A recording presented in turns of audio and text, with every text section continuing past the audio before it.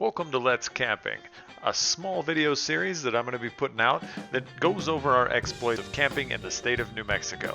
This time we're going to hit up Goose Lake right outside of Red River for 5 miles of off-roading fun. Now, the first time we attempted to do this, the water was over the hood of our Montero, and it's not a low-to-the-ground vehicle.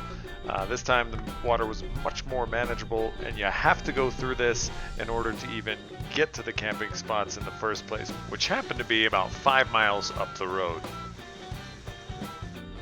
Now, this trail isn't very difficult, but there are some parts where you probably will need a four-wheel drive. If you go early spring or if you go close to the winter time, you're probably going to encounter snow, so you should be prepared for that when you head up. The first time we tried to go up here, we actually got stuck in about a 20-foot patch of snow, which was a huge bummer considering we had to turn back around, go down, go back through the river, and find somewhere else to camp. So make sure that you do have some sort of four-wheel drive vehicle that could actually make it up here. We came up with some friends of ours, CJ and Val from Colorado, show them this beautiful area that we were heading up to. So yeah, enjoy the trail as we meander up to the spots.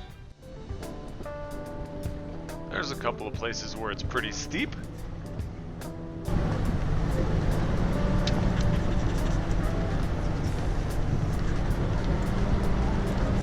Pretty close to the cliff's edge. Pretty far drop down there, so be careful when you're driving up.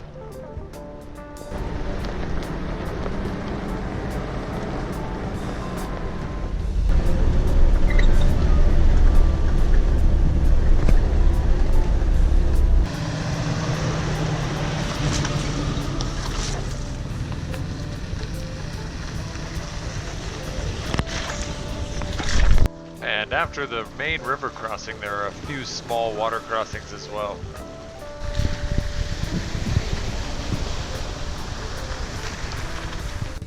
Now, the rocks in some places are super sharp, and we actually punctured one of our all seasons on the way up here the first time. Lesson learned, got some mud terrains.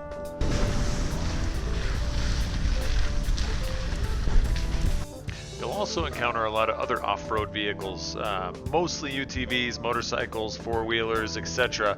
So just keep that in mind as you're going up and don't blast down the roads, as these guys are sharing them with us, and it is only a single-lane road, so it can be hairy. All this because we had to squeeze through.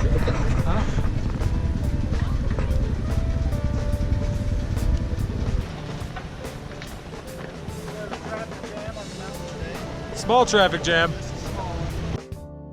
So right about here is where we were thwarted coming up this trail last time. Denied by a 30-foot long patch of 4-foot deep snow on stock everything, including tires. And we got stuck and had to dig ourselves out for about 4 hours. This is where we were in the snow. So we've never gone any farther than this, needless to say. Nice little climb right there.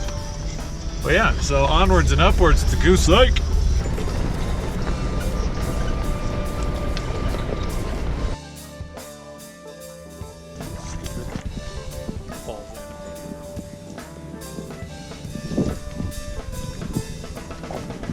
That's a pretty lake right there. Now, there's only a few spots to actually camp up at the top of Goose Lake, and you do have to walk because the path is blocked. But it is nice once you get everything set up.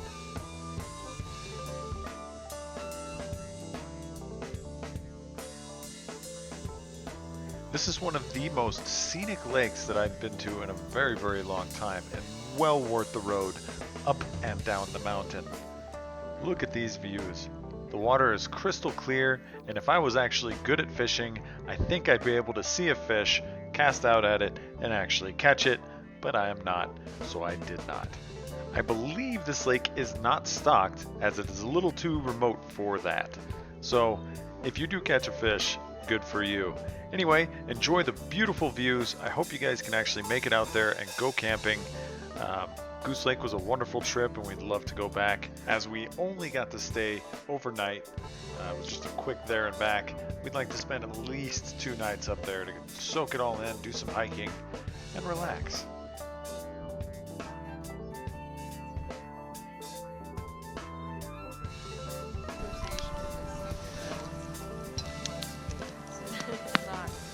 flying spaghetti monsters are real things. We got dog number 1, dog number 2, wife number 1, dude number 2, eater, some cots. I think we're gonna be all right. So this is Officer Dan coming at you with Let's Camping. We'll see you guys on another trip. Bye.